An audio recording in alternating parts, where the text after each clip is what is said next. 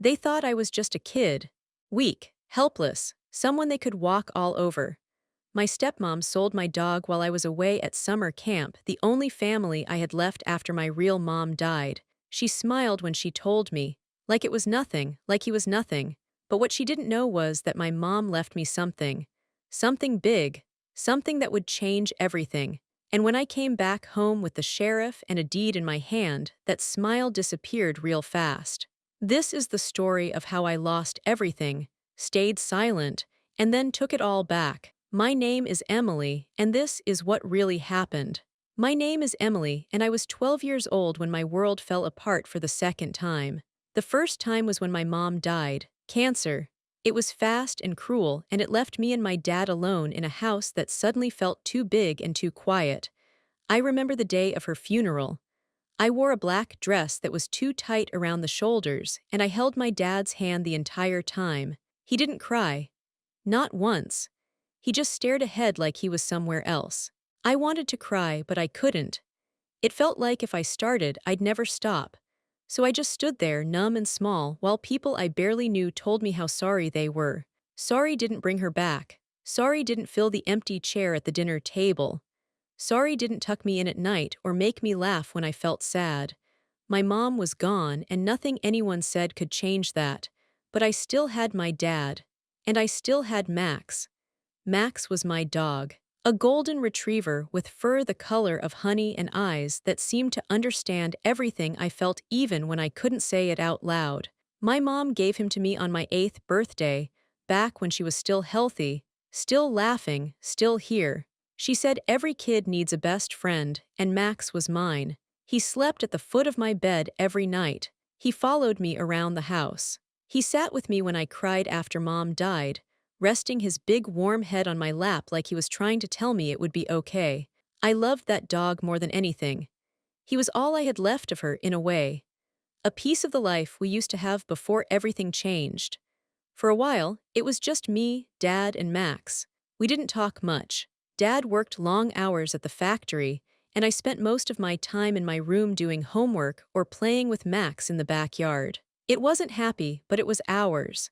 It was quiet and sad, but it was safe. Then, about 6 months after Mom died, Dad started going out more. He said he needed to clear his head. I didn't think much of it at first. I figured he was just trying to cope, just like I was. But then one night, he came home with someone. Her name was Jessica. She was younger than my mom, maybe in her early 30s, with blonde hair that looked too shiny and a smile that didn't reach her eyes. Dad introduced her as a friend. But the way she looked around our house, like she was measuring it, cataloging it, I didn't like it. I didn't say anything, though. I just nodded and went to my room.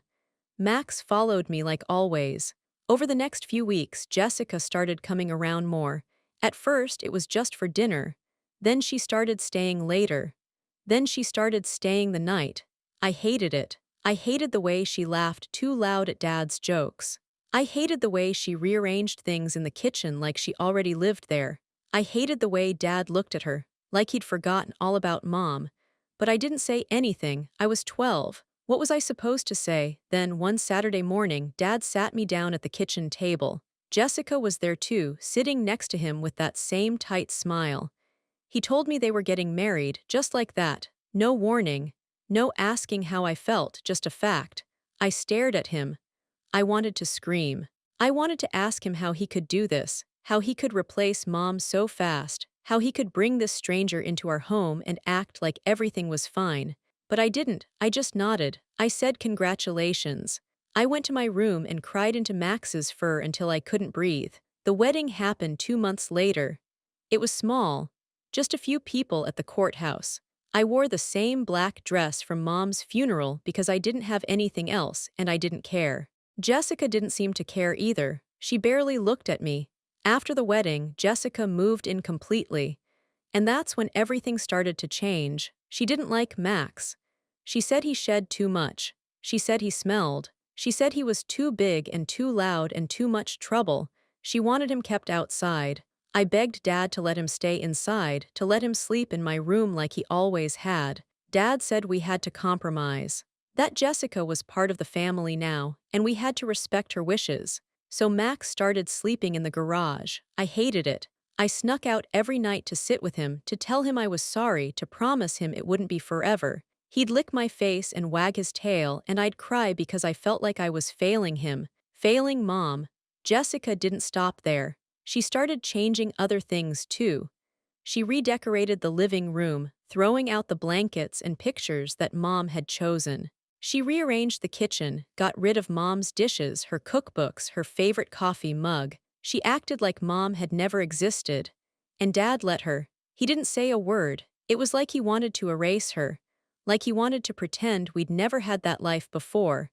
I felt like I was disappearing too. Then, at the end of the school year, Dad told me I was going to summer camp. I didn't want to go. I wanted to stay home with Max. But Dad said it would be good for me, that I needed to spend time with kids my own age, make friends, have fun. Jessica agreed. She said it a little too quickly, with a little too much enthusiasm. I didn't trust her, but I didn't have a choice. So I packed my bag, said goodbye to Max, and got on the bus. I remember looking back at the house as we pulled away. Max was sitting in the driveway, watching me leave. I pressed my hand against the window and whispered, "I'll be back soon, boy, I promise." I thought I'd see him again in 2 weeks. I thought everything would be okay. I was wrong. Camp was exactly what I expected, loud, overwhelming, and full of kids who already knew each other. I didn't fit in. I didn't want to. I spent most of my time sitting by the lake, skipping stones and thinking about Max. I wondered if he missed me. I wondered if Dad was letting him inside at night, or if Jessica had banished him to the garage for good. I wrote letters to Dad every other day, but I never mentioned Jessica. I just asked about Max. I asked if he was eating okay, if he was happy, if he missed me too. Dad never wrote back. I told myself he was just busy, that he'd call when he had time. But deep down, I knew something was wrong. The days dragged by. I went through the motions, archery, swimming, campfire songs, but my heart wasn't in it. I just wanted to go home. I wanted to see Max. I wanted to feel like I had someone who loved me, even if it was just a dog. Then, on the last day of camp, one of the counselors pulled me aside. She said my dad was on the phone. My stomach dropped. Dad never called. I ran to the office and grabbed the phone. "Dad," I said, my voice shaking. "Hey, sweetheart," he said. His voice sounded tired, strained. "I just wanted to let you know I'll be there to pick you up tomorrow. Jessica's coming too." "Okay," I said. I paused. "How, Max?" There was a long silence, too long. "Dad, Max is fine," he said finally. But something in his voice told me he was lying. "Can I talk to him?" I asked. I knew it was silly, but I used to hold the phone up to Max's ear sometimes, and he'd tilt his head and wag his tail like he understood. "He's outside right now," Dad said quickly. "You'll see him tomorrow, okay?" "Okay," I whispered. But I didn't believe him. The next day, I packed my stuff and waited by the front of the camp with the other kids. I watched as parents pulled up, hugging their children, loading bags into cars, smiling and laughing. I didn't feel excited, I felt sick. When Dad's car finally pulled up, I grabbed my bag and walked over. Jessica was in the passenger seat. She didn't get out. She just waved at me through the window. I climbed into the back and buckled my seatbelt. "Hey kiddo," Dad said, glancing at me in the rearview mirror. "How was camp?" "Fine," I said. I didn't look at him. I looked out the window. "Where's Max?" Dad's hands tightened on the steering wheel. Jessica turned around in her seat and looked at me. She had that same tight smile. "We need to talk about that," she said. My heart stopped. "What do you mean?" "Max was getting too hard to take care of," she said, her voice calm and casual, like she was talking about the weather. "He was barking all the time, tearing up the yard. It wasn't working out." "So where is he?" I asked, my voice rising. "We found him a new home," she said. "A nice family with a big yard. He'll be happier there." I stared at her. I couldn't breathe. "You sold my dog." "We didn't sell him," Dad said quickly. "We rehomed him. It's different." "You sold him," I repeated, my voice breaking. "You sold my dog while I was gone." "Emily, it was for the best," Jessica said, her tone sharper now. "You're too young to take care of a dog that size, and frankly, he was a nuisance." I wanted to scream. I wanted to jump out of the car. I wanted to hit her to make her feel even a fraction of the pain I was feeling. But I didn't. I just sat there, frozen, as tears streamed down my face. Where is he? I whispered. I don't know, Jessica said, turning back around. The family didn't leave an address. She was lying, I knew she was lying, but there was nothing I could do. I cried the entire drive home. Dad didn't say a word. Jessica turned on the radio. When we got home, I ran straight to my room and slammed the door. I threw myself onto my bed and sobbed into my pillow. Max was gone. The only thing I had left of Mom, the only thing that made me feel less alone, gone, and they didn't even care. I didn't come out of my room for 2 days. I didn't eat. I didn't talk. I just lay in bed, staring at the ceiling, wishing I could disappear. On the third day, there was a knock on my door. Emily. It was Dad. I didn't answer. He opened the door anyway and stepped inside. He looked uncomfortable, like he didn't know what to say. I know you're upset, he started. Upset? I sat up, my voice hoarse. You sold my dog, Dad. You sold him while I was gone. You didn't even ask me. It wasn't my decision, he said quietly. I stared at him. Then whose was it? He didn't answer. He didn't have to. She made you do it, I said, my voice cold. No, he said, but he wouldn't look me in the eye. She's my wife, Emily. We made the decision together. You're going to have to accept that. I'll never accept her, I said, and I'll never forgive you. He flinched. Then he left. That night I made a decision. I couldn't stay in this house. I couldn't live with them, but I was 12. I had nowhere to go, so I stayed quiet, I stayed small. And I waited. The weeks after I came home from camp were some of the darkest of my life, and that's saying something because I'd already been through losing my mom. But this felt different. When Mom died, I knew it wasn't her choice. She didn't want to leave me, she fought. She loved me until her very last breath. But what Dad and Jessica did to Max, that was a choice. They chose to hurt me. They chose to take away the one thing I had left that made me feel safe. And no matter how many times I cried, no matter how many times I begged Dad to tell me where Max was, to help me find him, he just looked at me with tired eyes and said, "It's done, Emily, you have to let it go." But I couldn't let it go. Max wasn't just a dog to me, he was my best friend. He was the last piece of my mom, and they sold him like he was nothing. I stopped talking to Jessica completely. If she asked me a question, I ignored her. If she told me to do something, I did it without looking at her. I made myself invisible in that house. I went to school, came home, did my homework, and stayed in my room. I barely ate, I barely slept. I felt like a ghost. Jessica didn't seem to care. If anything, she seemed relieved that I wasn't fighting her anymore. She went about her life like nothing had happened, redecorating the house, cooking dinners that I refused to eat, laughing with my dad like they were living some perfect little life. It made me sick. Dad tried to talk to me a few times. He'd knock on my door and ask if I wanted to go get ice cream or watch a movie or go for a drive. I always said no. I didn't want anything from him. He'd made his choice. He chose her over me. He chose his new life over the memory of Mom, and I couldn't forgive that. One night, about a month after I got back from camp, I overheard them talking in the kitchen. I was in my room, but my door was cracked open and their voices carried down the hall. "She's not eating," Dad said. He sounded worried. "She'll eat when she's hungry," Jessica replied. Her voice was cold, dismissive. "She's been like this for weeks, Jess. I'm worried about her." "She's being dramatic," Jessica said. "She's 12, she'll get over it." "She lost her dog," Dad said. "A dog you insisted we get rid of." There was a pause. I held my breath. "That dog was a problem," Jessica said, her voice firm.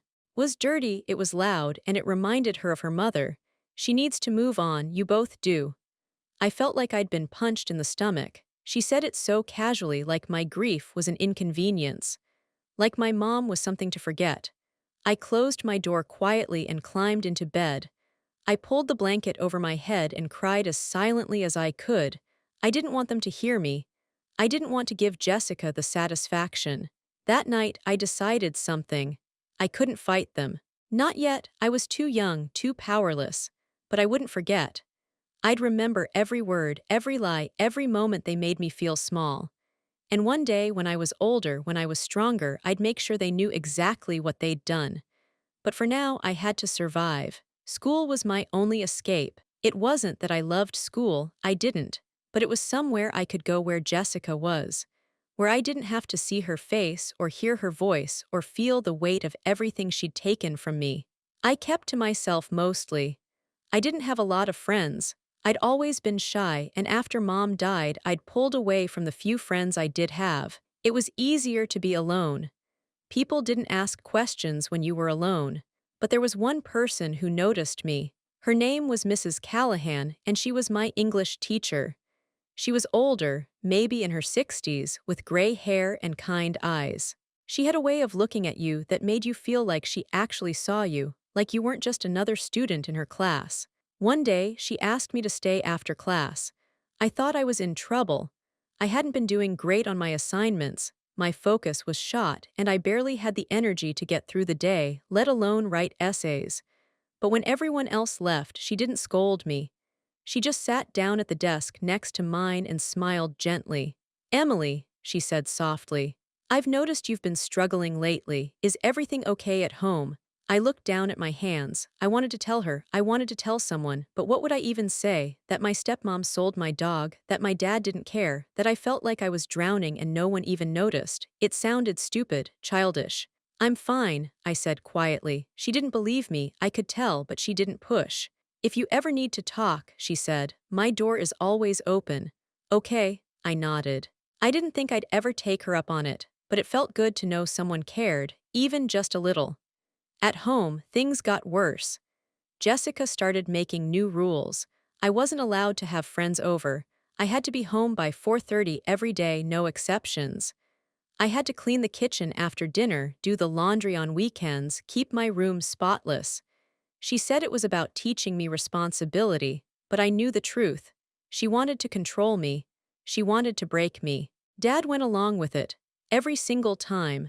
When I tried to argue, when I said it wasn't fair, he'd sigh and say, "Just do what she asks, Emily, it's not that hard." It felt like he'd forgotten I was his daughter, like I was just some burden he had to deal with. I started counting down the days until I turned 18. That felt like a lifetime away, but it was the only thing that kept me going. The idea that one day I could leave. I could get out of that house and never look back. Then, one afternoon in late September, something happened that changed everything. I came home from school and found a letter on my bed. It was in a plain white envelope with my name written on the front in handwriting I didn't recognize. I opened it carefully. Inside was a single piece of paper. It was from a lawyer. My heart started pounding as I read it. The letter said that my mother had left me something in her will, something that had been held in trust until I turned 12. I read it 3 times, trying to make sense of it. My mom left me something. I didn't know she had a will. I didn't know she had anything to leave. The letter said I needed to come to the lawyer's office with a parent or guardian to discuss the details. It gave an address and a phone number. I folded the letter and hid it under my mattress. I didn't tell Dad. I didn't tell Jessica. I didn't know what it meant yet, but something inside me told me to keep it secret. That night, I lay in bed staring at the ceiling, my mind racing. What did Mom leave me? Why did Dad tell me about it? And why now, after all this time, I didn't have answers. But for the first time in months, I felt something other than sadness. I felt hope. I carried that letter with me everywhere for the next 3 days, folded up small and tucked into the bottom of my backpack. I kept checking to make sure it was still there, like it might disappear if I wasn't careful. I didn't know what it meant. I didn't know what my mom could have possibly left me. We weren't rich. We lived in a small house in a quiet neighborhood. Mom worked part-time at a bookstore, and Dad worked at the factory. We didn't have much. That letter said she left me something, and I had to find out what it was. The problem was, I couldn't go to the lawyer's office alone. The letter said I needed a parent or guardian. That meant Dad. And if I told Dad, Jessica would find out. I didn't trust her. I didn't know what she'd do, but I knew it wouldn't be good. So I waited. I thought about it constantly.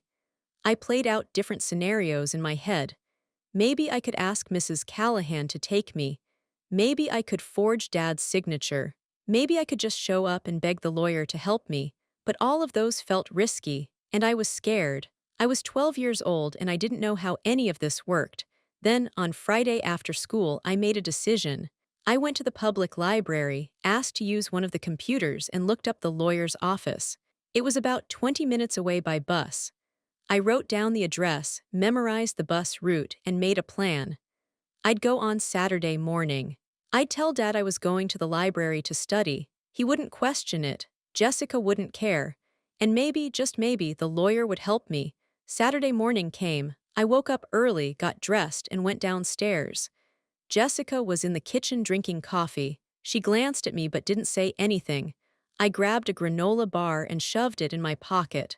"I'm going to the library," I said to no one in particular. "Be back by noon," Jessica said without looking up from her phone. I nodded and walked out the door. My heart was pounding. I felt like I was doing something wrong, even though I was. I just wanted to know what my mom left me. That wasn't a crime. The bus ride felt like it took forever. I sat in the back, clutching my backpack, staring out the window.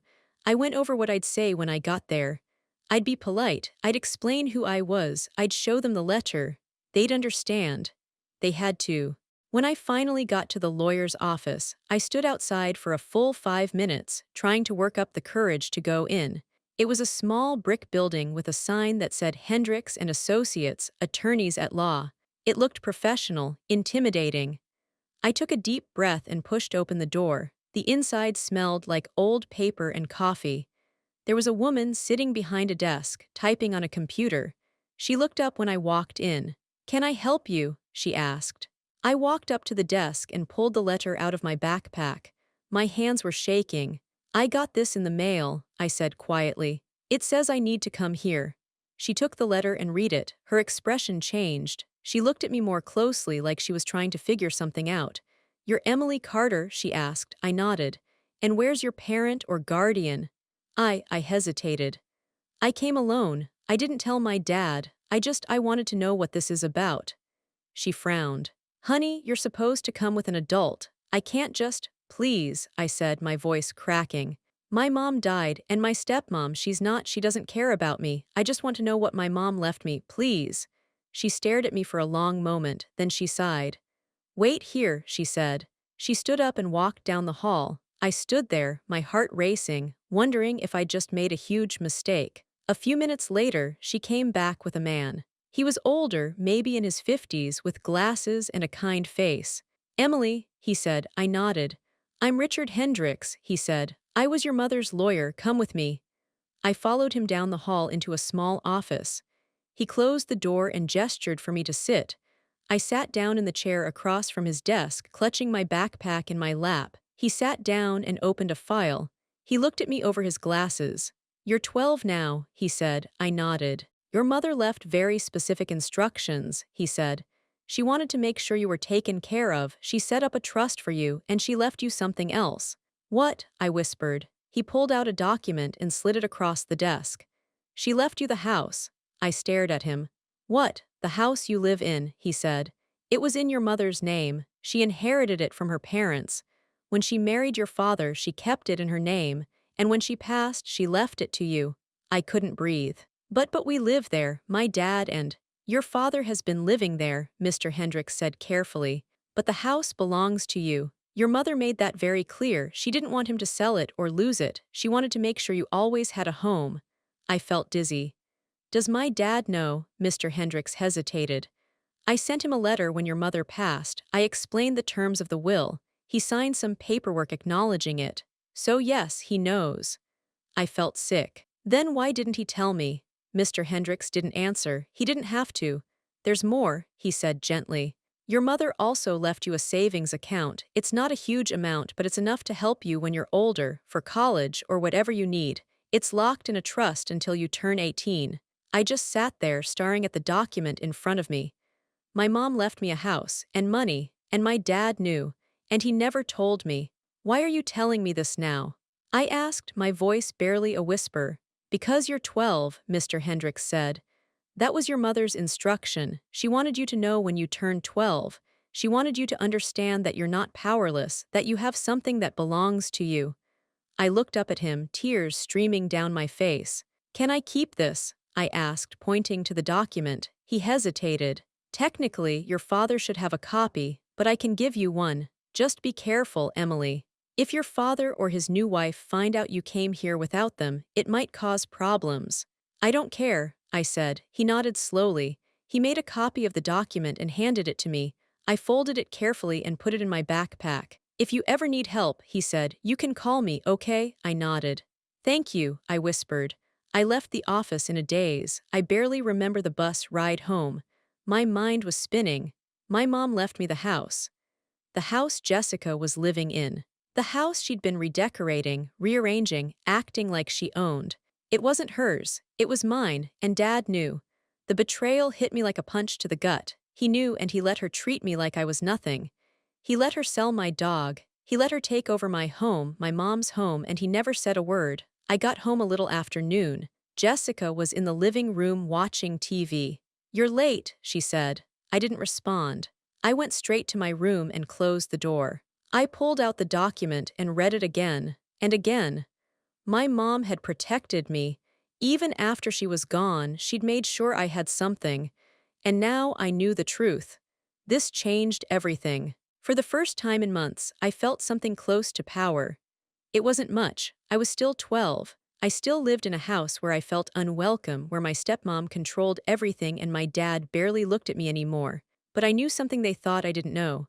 I knew the house was mine. I kept that document hidden. I didn't tell Dad. I didn't tell Jessica. I didn't tell anyone. I went to school, came home, did my chores, and stayed quiet. But inside, everything had changed. I wasn't just surviving anymore. I was waiting. I started paying attention to things I'd ignored before. I noticed how Jessica talked about the house like it was hers. She'd tell her friends on the phone about her kitchen and her living room. She'd complain about her mortgage, even though I knew now there wasn't one. Mom had paid off the house years ago. Jessica was living in my house, rent-free, and pretending it belonged to her. I noticed how Dad avoided certain conversations. Anytime Jessica talked about selling the house or moving somewhere bigger, he'd change the subject. At first, I thought he was just being non-committal. But now I understood. He couldn't sell it. It wasn't his to sell. I wondered if Jessica knew. I didn't think she did. She acted too comfortable, too entitled. If she knew the house belonged to me, she wouldn't have been so smug, or maybe she would have been worse. It was hard to say. I kept my head down and my mouth shut. I did everything they asked. I cleaned, I studied, I stayed out of their way. I became invisible again. But this time, it wasn't because I felt powerless. It was because I was planning. I didn't know what I was planning exactly. I just knew I couldn't let them keep treating me like this. I couldn't let them erase my mom. I couldn't let them take everything from me, but I had to be smart. I had to wait for the right moment.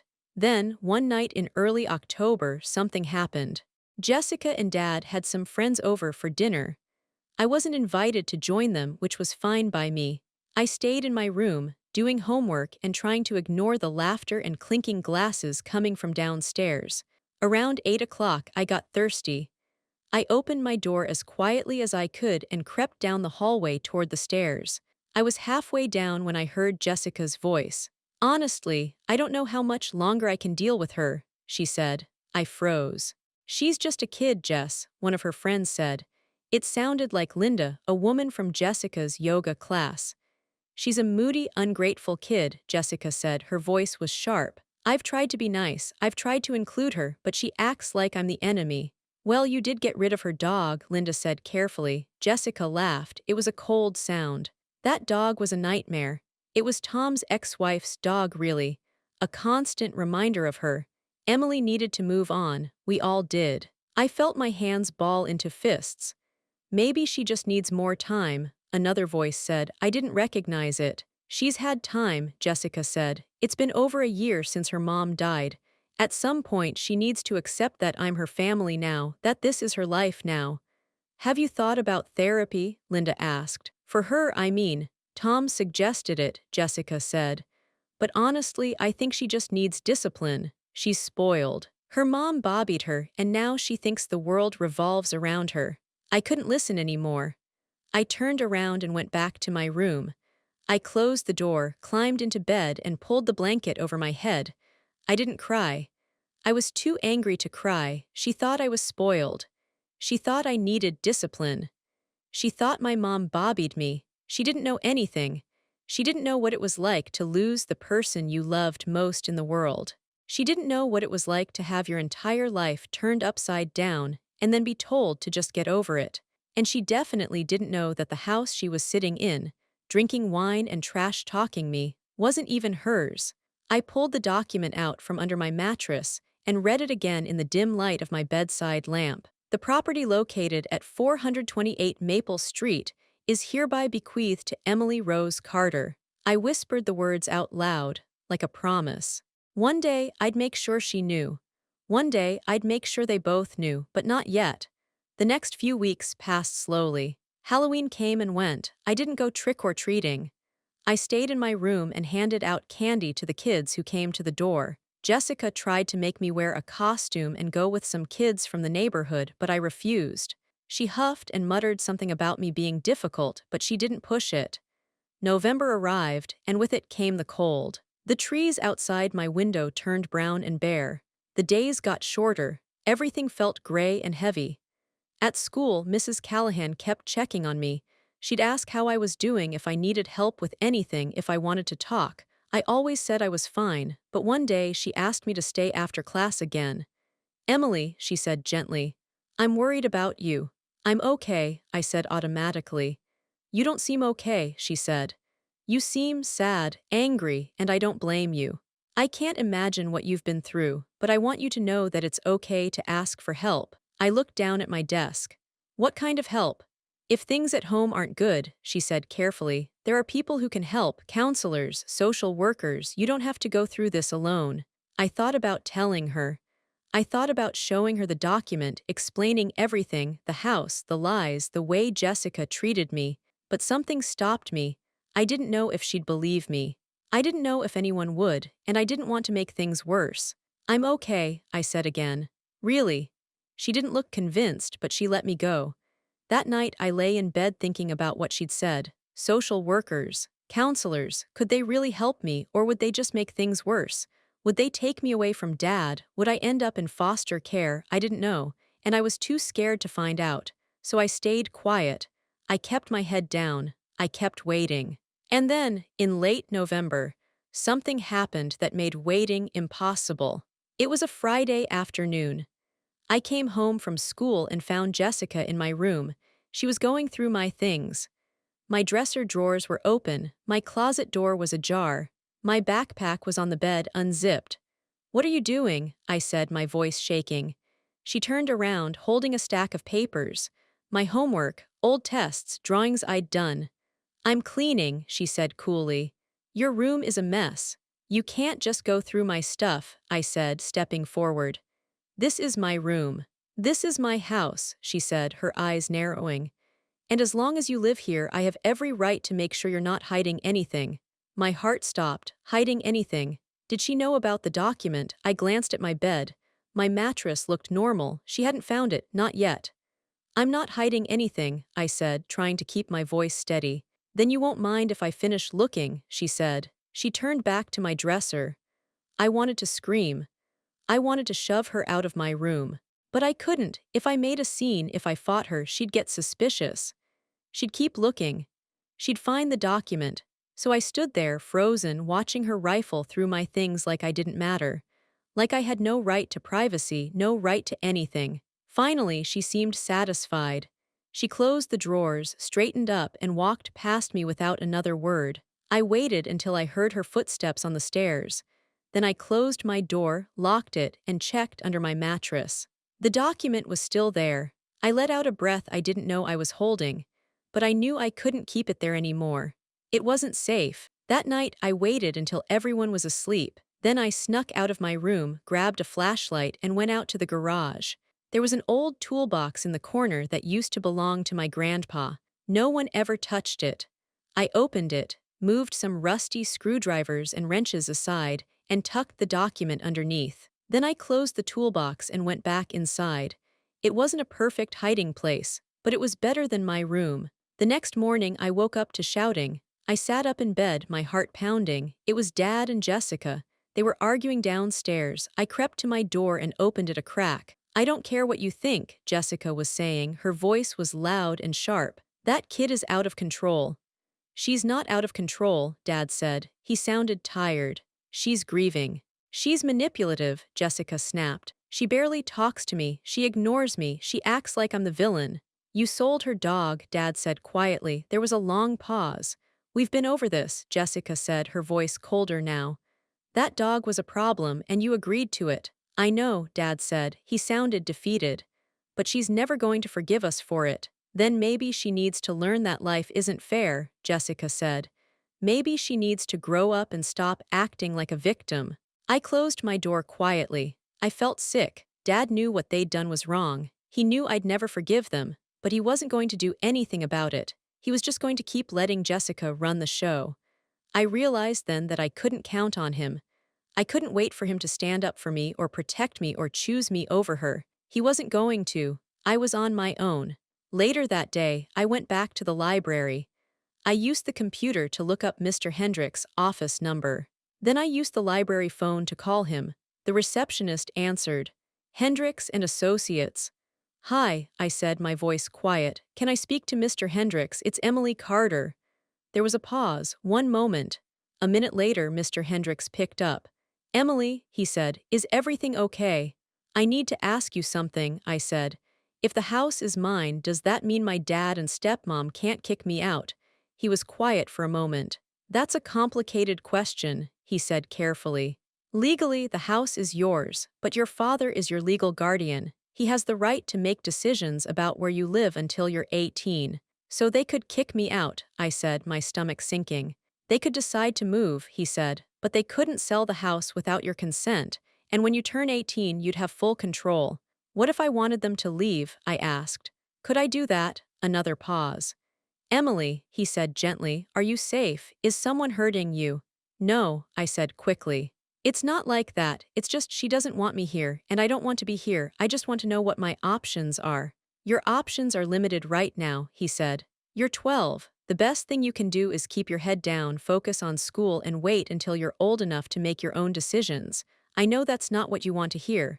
It's not, I whispered. But if things get worse, he said, if you feel unsafe or if you need help, call me. Okay.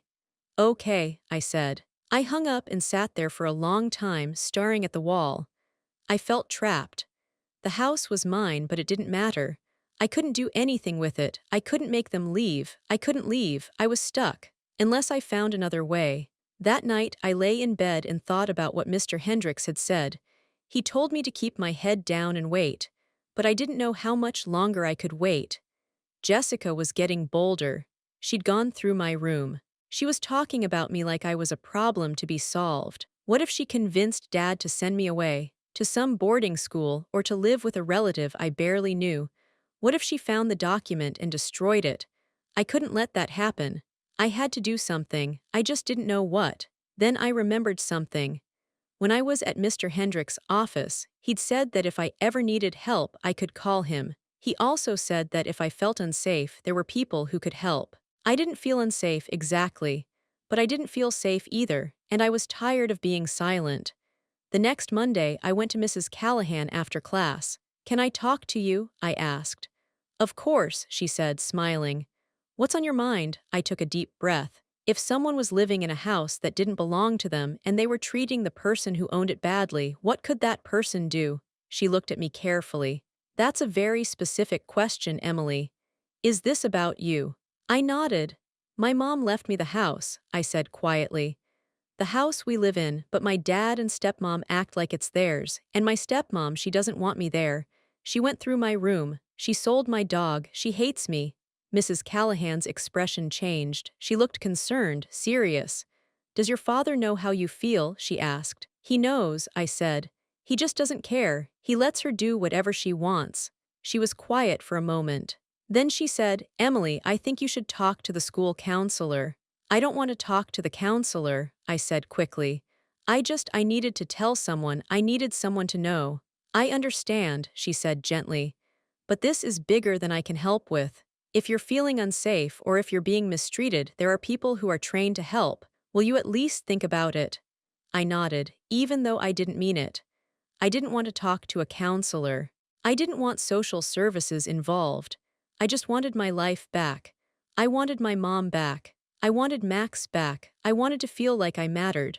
But I didn't say any of that. I just thanked her and left. That night, I made a decision. I couldn't wait anymore. I couldn't keep living like this, hoping things would get better. I had to take control. I had to find a way to make them see that I wasn't powerless. And I knew exactly how to do it. I spent the next 2 weeks planning. I didn't rush. I knew that if I wanted this to work, I had to be smart, I had to be careful. I couldn't just walk up to Jessica and tell her the house was mine. She wouldn't believe me. Or worse, she'd find a way to twist it to make me look like I was lying or confused. I needed proof, I needed help, and I needed someone with authority. I thought about Mr. Hendricks. He was a lawyer. He knew the truth. But he'd already told me there wasn't much he could do until I was older. I thought about Mrs. Callahan, but she'd just tell me to talk to a counselor, and I didn't want that. Then I thought about the police. Not to arrest anyone. I wasn't accusing Dad or Jessica of a crime, but the police had power. They had authority. If I could get an officer to come to the house, to see the document, to verify that I was telling the truth, maybe that would be enough. Maybe that would make them take me seriously. It was risky, I knew that. If it backfired, if they didn't believe me, or if Jessica convinced them I was making it up, things could get so much worse. But I was out of options. And I was tired of feeling small. So I started putting the pieces together. First, I went back to Mr. Hendricks' office. This time, I didn't go alone. I asked Mrs. Callahan if she could take me after school one day, and I told her it was about my mom's will. She agreed. When we got there, Mr. Hendricks seemed surprised to see me again, but he invited us into his office. I explained what I wanted. I need an official copy of the will, I said. Something that proves the house is mine, something I can show people. He looked at Mrs. Callahan, then back at me. Emily, what are you planning? I'm not planning anything bad, I said. I need people to know the truth. My stepmom acts like the house is hers. My dad doesn't correct her. I need proof. He studied me for a long moment, then he nodded. I can give you a certified copy of the will and the deed, he said. But I want you to be careful. This is a legal document. If you use it the wrong way, it could cause serious problems. I'll be careful, I said. He printed out the documents, stamped them, and put them in an envelope. He handed it to me. If you need me to verify anything, he said, you can have someone call my office. Okay. Okay, I said. Thank you. Mrs. Callahan drove me home. On the way, she asked, Emily, are you sure about this? I'm sure, I said. She didn't push, but I could tell she was worried. The next part of my plan was harder. I needed to get someone to come to the house, someone official, someone who could witness what was happening and verify the truth. I thought about calling the police directly, but I didn't know what I'd say. Hi, my stepmom is mean to me and my dad won't stand up for me. That wasn't a crime. They wouldn't come. Then I had an idea. I remembered something from school. We'd learned about tenant rights and property disputes in social studies. Our teacher had said that if someone was living in a house they didn't own and refusing to leave, the owner could call the police for assistance. That was it. I'd call the police and say there was a property dispute, that I owned the house and needed help resolving it. It wasn't a lie. It was the truth. I just had to be brave enough to make the call. I waited until the following Saturday. Jessica had plans to go out with friends. Dad was going to be home, working in the garage. It was the perfect time. I told Dad I was going to the library. He barely looked up. Be back by dinner, he said. I nodded and left. But I didn't go to the library. I went to the park a few blocks away. I sat on a bench, pulled out my phone, and stared at it for a long time. My hands were shaking. This was it. Once I made this call, there was no going back. I took a deep breath and dialed 911. 911, what's your emergency? Hi, I said, my voice trembling. I need help with a property dispute. I own a house, but the people living there don't think I do. I have legal documents, but I need someone to help me. How old are you? The operator asked. I'm 12, I said. There was a pause. Is an adult with you? No, I said. But I have a lawyer who can verify everything. Please, I just need someone to come to the house and look at the documents. What's the address? I gave her my address. She asked a few more questions. Was I in danger? Was anyone threatening me? Was this an emergency? I said no to all of them. I said I just needed help. She said she'd send an officer to the house. She told me to wait there. I hung up and sat on the bench, my heart pounding. I'd done it. There was no turning back now. About 20 minutes later, I saw a police car pull up in front of my house. I stood up and started walking toward it. My legs felt like jelly. By the time I got to the driveway, the officer was already at the front door. Dad had answered. He looked confused. "Can I help you?" Dad was saying. "We received a call about a property dispute," the officer said. He was a tall man with a calm, professional voice. "A young girl called and said she owns this house." Dad's face went pale. "What?" I stepped forward. "That was me," I said. Dad turned and stared at me. "Emily, what are you talking about?" I pulled the envelope out of my backpack and handed it to the officer. "My mom left me this house," I said. "It's in her will, my dad knows, but he never told me, and my stepmom acts like it's hers. I just wanted someone to know the truth." The officer took the envelope and looked through the documents. He read carefully. Dad just stood there, frozen. "These appear to be legitimate," the officer said, looking at Dad. "Are you aware of this?" Dad opened his mouth, then closed it. Yes, I knew, but she's 12, she can't. She can't manage the property until she's 18, the officer said. "But according to these documents, the house is legally hers. You're living here as her guardian, not as the owner." Dad looked like he'd been punched. "Emily," he said quietly, "why would you do this?" "Because you lied to me," I said, my voice breaking. "You let Jessica treat me like I don't matter. You let her sell Max.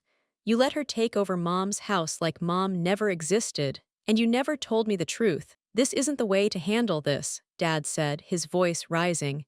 "You called the police. She has every right to verify her property ownership," the officer said firmly. "This isn't a criminal matter, but it is a legal one. I'd suggest you speak to a lawyer and make sure everything is in order." He handed the documents back to me. "Keep these safe," he said. Then he looked at Dad. "And I'd suggest you have a conversation with your daughter, a real one." He got back in his car and drove away. Dad and I stood there in the driveway. He looked at me like he didn't recognize me. "You had no right," he said. "I had every right," I said. "It's my house.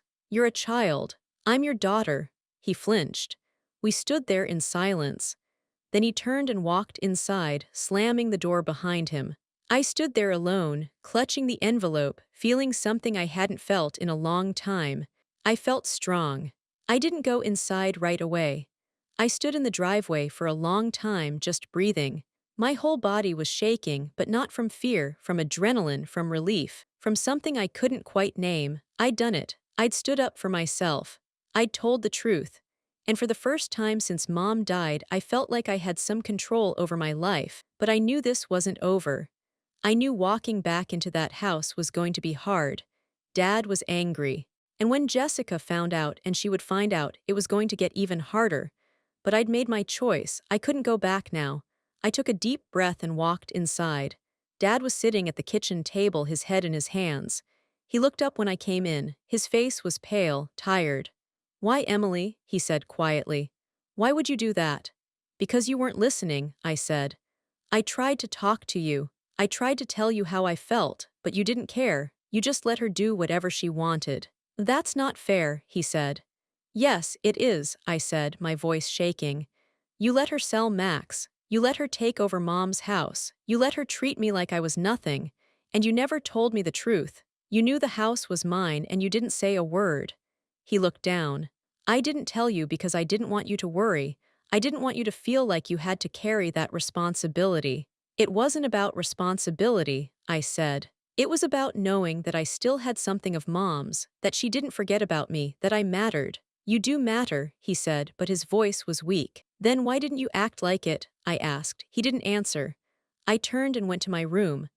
I locked the door behind me and sat on my bed, staring at the wall. I didn't feel victorious. I didn't feel happy. I just felt tired. Jessica came home an hour later. I heard her voice downstairs, loud and shrill. She was yelling at Dad. I couldn't make out all the words, but I caught enough. "Embarrassing. Police. That little brat." I pressed my hands over my ears and tried not to listen, but it didn't help. Eventually there was a knock on my door, hard, angry. "Emily," Jessica's voice snapped. "Open this door." I didn't move. Open it now or I'm getting the key, she said. I stood up and unlocked the door. She pushed it open and stepped inside. Her face was red. Her eyes were blazing. What the hell were you thinking? She said, her voice low and dangerous. I was thinking that someone needed to tell the truth, I said, trying to keep my voice steady. The truth, she laughed bitterly. You called the police on your own father. Do you have any idea how humiliating that is? I didn't call them on him, I said. I called them because I needed help. You don't need help, she spat. You need discipline. You're a spoiled, manipulative little girl who can't accept that the world doesn't revolve around her. And you're a liar, I said, the words coming out before I could stop them. You act like this house is yours. You act like you have any right to be here, but you don't. This is my house. My mom left it to me, and you have no right to treat me the way you do. She stared at me, her mouth open. For a second, I thought she was going to hit me, but she didn't. She just stood there, trembling with rage. You think you're so smart, she said finally, her voice cold. You think you've won something. But you're still a child, you still need us. And as long as you're living under this roof, you'll follow my rules. It's not your roof, I said quietly. It's mine. She turned and stormed out, slamming the door so hard the walls shook. I sat back down on my bed and let out a breath. I'd done it. I'd stood up to her. But I didn't feel brave. I felt scared. That night, I barely slept. I kept expecting her to come back, to yell at me again, to do something worse. But she didn't. The house was silent. The next morning, I stayed in my room. I didn't want to face them. I didn't want to see the way they looked at me. But around 10, there was a knock on my door. It was Dad. Can I come in? He asked. I didn't answer, but he came in anyway. He sat down on the edge of my bed. He looked exhausted. I talked to Jessica, he said. She's upset, we both are, but I need you to understand something, Emily. You can't just do things like that. You can't call the police because you're angry. I wasn't angry, I said. I was scared. He looked at me. Scared of what? Scared that you were going to let her erase me, I said, my voice breaking. Scared that I was going to lose everything that mattered. Scared that I didn't matter to you anymore. His face crumpled. Emily, you matter to me. You're my daughter. You're the most important thing in my life. Then why didn't you stand up for me? I whispered. Why didn't you stop her from selling Max? Why didn't you tell her to back off? Why did you let her treat me like I was in the way? He was quiet for a long time. I don't know, he said finally. I thought I was doing the right thing. I thought if I just kept the peace, if I just made everyone happy, it would all work out. But I was wrong. I see that now. So what happens now? I asked. He sighed. I don't know, but we need to figure it out together, okay? I nodded, even though I didn't believe him. Over the next few days, things were tense. Jessica barely spoke to me. Dad tried to act like everything was normal, but it was. The house felt like a minefield. One wrong step and everything would explode. Then on Thursday, something happened. I came home from school and found a car in the driveway. I didn't recognize it. I walked inside carefully. There were voices in the living room. I peeked around the corner. Jessica and Dad were sitting on the couch. Across from them was a woman in a business suit. She had a briefcase open on the coffee table. This is a very unusual situation, the woman was saying. But legally, the girl is correct. The house is in her name. You're living here as her guardians, but you have no ownership claim. Jessica's face was tight. So what does that mean? It means you can't sell the house, the woman said. You can't take out a mortgage on it. You can't make major financial decisions regarding it. Not without her consent. She's 12, Jessica said, her voice sharp. Correct, the woman said. Which is why the property is held in trust until she turns 18, but that doesn't change the fact that it's hers. This is insane, Jessica muttered. It's the law, the woman said simply. I stepped into the room. They all turned to look at me. Emily, Dad said. This is Ms. Parker. She's a real estate attorney. We asked her to come and explain the situation. I nodded. I looked at Jessica. She wouldn't meet my eyes. So it's true then, I said. The house is mine. Yes, Ms. Parker said. It is. Jessica stood up abruptly. I need some air, she said and walked out. Dad looked at me. He looked sad, defeated. Are you happy now? He asked quietly. No, I said honestly. I'm not. And I didn't feel happy, I didn't feel victorious. I just felt tired, but I also felt something else. I felt seen. The days after Miss Parker's visit were strange. The house felt different. The air was heavy, like everyone was holding their breath, waiting for something to break. Jessica stopped pretending to be nice. She didn't yell at me anymore, she didn't even look at me. She moved through the house like I didn't exist. In some ways, it was a relief. I didn't have to deal with her fake smiles or her passive-aggressive comments, but in other ways, it was worse. The silence felt like a punishment. Dad tried. He did. He started asking me about school, about my day, about how I was feeling. But his questions felt forced, like he was reading from a script. I answered because I didn't want to be rude, but I didn't give him much. I didn't trust him yet. One evening, about a week after everything happened, Dad knocked on my door. "Can we talk?" he asked. I shrugged. He came in and sat on the edge of my bed, just like he had before. "I've been thinking a lot," he said. "About what you said. About me not standing up for you. And you were right, I didn't. I let Jessica make decisions I should have made. I let her treat you in ways I never should have allowed, and I'm sorry." I looked at him. He looked older somehow, tired. "Why did you let her?" I asked. He sighed. "Because I was weak. Because after your mom died, I didn't know how to be alone. I didn't know how to be a single parent. Jessica made things feel easier. She took charge. She made decisions. And I let her because it meant I didn't have to. But I needed you," I said, my voice cracking. "I needed you to be my dad, not her husband." "I know," he said. "And I failed you. I can't change that, but I want to do better. I want to fix this." "How?" I asked. "I don't know yet," he admitted. "But I'm going to figure it out, I promise." I didn't say anything. Promises felt empty. But I nodded anyway. That weekend, something unexpected happened. I got a phone call. It was from Mr. Hendricks. "Emily," he said, "I have some news. Someone contacted my office asking about Max." My heart stopped. "What?" "A family reached out," he said. "They said they adopted a golden retriever a few months ago from a woman who matched Jessica's description. They saw a missing pet post online and thought it might be him. They want to know if you'd like to meet the dog and see if it's Max." I couldn't breathe. "Are you serious?" "I'm serious," he said. "I can give you their contact information, but you'll need to talk to your father about arranging a visit." "Okay," I said, my voice shaking. Thank you so much." I hung up and ran downstairs. Dad was in the kitchen making coffee. "Dad," I said, breathless. "Someone found Max." He turned around, confused. "What?" I explained everything, the phone call, the family, the possibility that it was really him. Dad's face went pale. "Emily, I don't know if that's, please," I said. "Please, Dad. I just want to see if it's him. Even if I can't bring him home, I just want to see him, please." He stared at me for a long moment. Then he nodded. "Okay, I'll call them."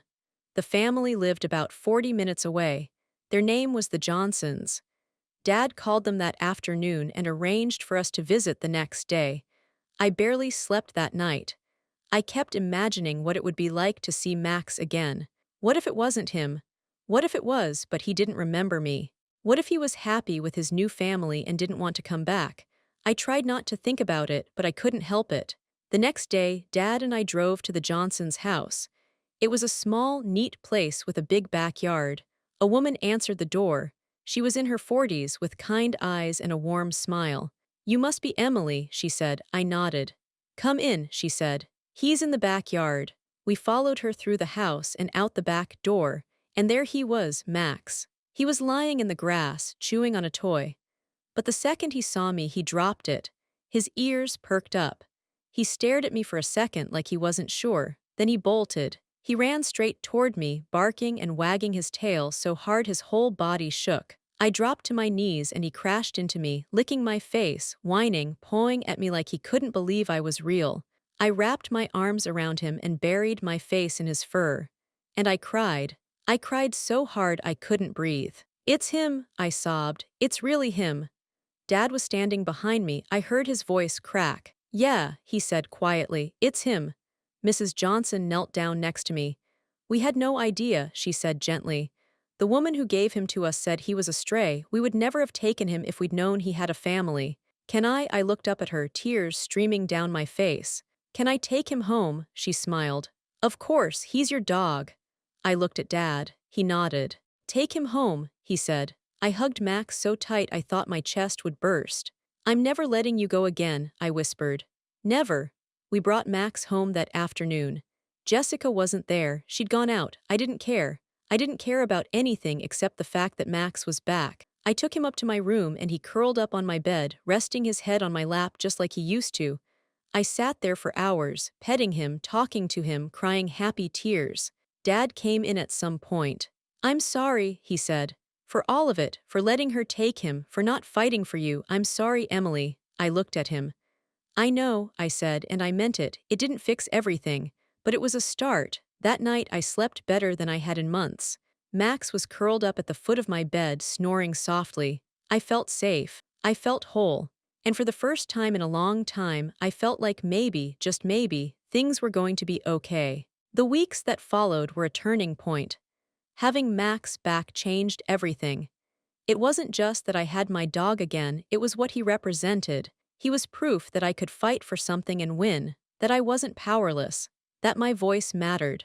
Jessica was furious when she found out. She didn't say it directly, but I could see it in her face, in the way she refused to look at Max, in the way she slammed doors and muttered under her breath, but she didn't try to get rid of him again.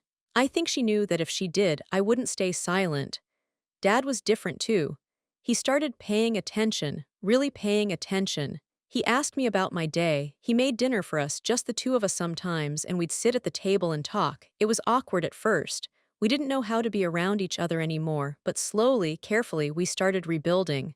One night, a few weeks after Max came home, Dad sat me down. I've been thinking, he said, about the house, about everything. And I think you're right, this is your house. Your mom wanted you to have it, and I haven't been respecting that. I didn't know what to say. I talked to Jessica, he continued, and I told her that things need to change, that she can't treat you the way she has been, that this is your home and she needs to respect that, or she needs to leave. I stared at him. What did she say? He sighed. She wasn't happy, but she agreed, for now. I nodded slowly. Do you love her? I asked. It was a question I'd been afraid to ask. He was quiet for a long time. I care about her, he said finally. But I love you more, you're my daughter, and I should have made that clear from the beginning. Tears filled my eyes. Thank you, I whispered. He reached across the table and took my hand. I'm going to do better, Emily, I promise. And this time I believed him. Things weren't perfect after that. Jessica and I still didn't get along. We tolerated each other, but that was about it. She stayed out of my way, and I stayed out of hers. Dad said they were going to try counseling to figure out if their marriage could work. I didn't know if it would. Part of me hoped they'd split up. But another part of me, one I didn't like to admit, just wanted Dad to be happy. As long as he didn't forget about me again. School got better too. Mrs. Callahan kept checking on me, and I started opening up to her a little more. I told her about getting Max back. I told her things were better at home. She smiled and said she was proud of me. You stood up for yourself, she said. That takes courage. I didn't feel courageous, I admitted. I felt scared. That's what courage is, she said. Doing the right thing even when you're scared. I thought about that a lot. By the time winter break came around, I felt lighter. I still missed my mom every single day. I still wished things had been different. But I wasn't drowning anymore. I was surviving. More than that, I was starting to heal. On Christmas Eve, Dad and I decorated a small tree in the living room. Jessica was out with friends, it was just the two of us. And Max, of course, who kept trying to chew the ornaments. We didn't talk much. We just listened to music and hung lights and tried to make the house feel a little less sad. When we were done, Dad stepped back and looked at the tree. Your mom loved Christmas, he said quietly. I know, I said. She'd be proud of you, he said, looking at me. You know that, right? She'd be so proud of the person you're becoming. I felt my throat tight. I hope so. I know so, he said. That night I lay in bed with Max curled up beside me. I thought about everything that had happened. Losing Mom, losing Max, the fights, the fear, the loneliness. But I also thought about the lawyer, the police officer, the moment I stood up and said, "This is my house." I thought about Dad's promise to do better. And I thought about Max's warm, steady breathing beside me. I wasn't the same person I'd been a year ago. I was stronger, I was braver, and I knew now that I didn't have to stay silent, that my voice mattered, that I mattered. A few months later, in early spring, something else happened. Jessica moved out. Dad sat me down and told me they were separating, that they'd tried to make it work, but it just was. He asked how I felt about it. I told him the truth. I feel relieved, I said. He nodded, me too. It wasn't a happy ending exactly, but it was an honest one. And for the first time in a long time, the house felt like home again. Dad and I started new traditions. We had movie nights. We cooked dinner together. We took Max to the park. We talked, really talked. And slowly, piece by piece, we started to heal. I still had the deed to the house tucked away safely. I didn't need to look at it anymore. I knew the truth. I knew what my mom had given me. It wasn't just a house. It was a reminder that I was loved, that I was worth fighting for, that I had a place in this world and no one could take that away from me. On my 13th birthday, Dad gave me a card. Inside, he'd written, "Your mom would be so proud of you. I know I am. You're the strongest person I know. I love you, kiddo." I read it 3 times. Then I hugged him. "I love you too, Dad," I said, and I meant it. That night, I sat on my bed with Max, looking out the window at the stars. I thought about my mom.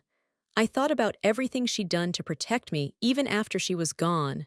"Thank you," I whispered. I didn't know if she could hear me, but I hoped she could, because I wanted her to know that I was okay, that I survived, that I'd fought, and that I'd never stop fighting. This is my house. This is my life, and no one gets to take that away from me. Not anymore. The end.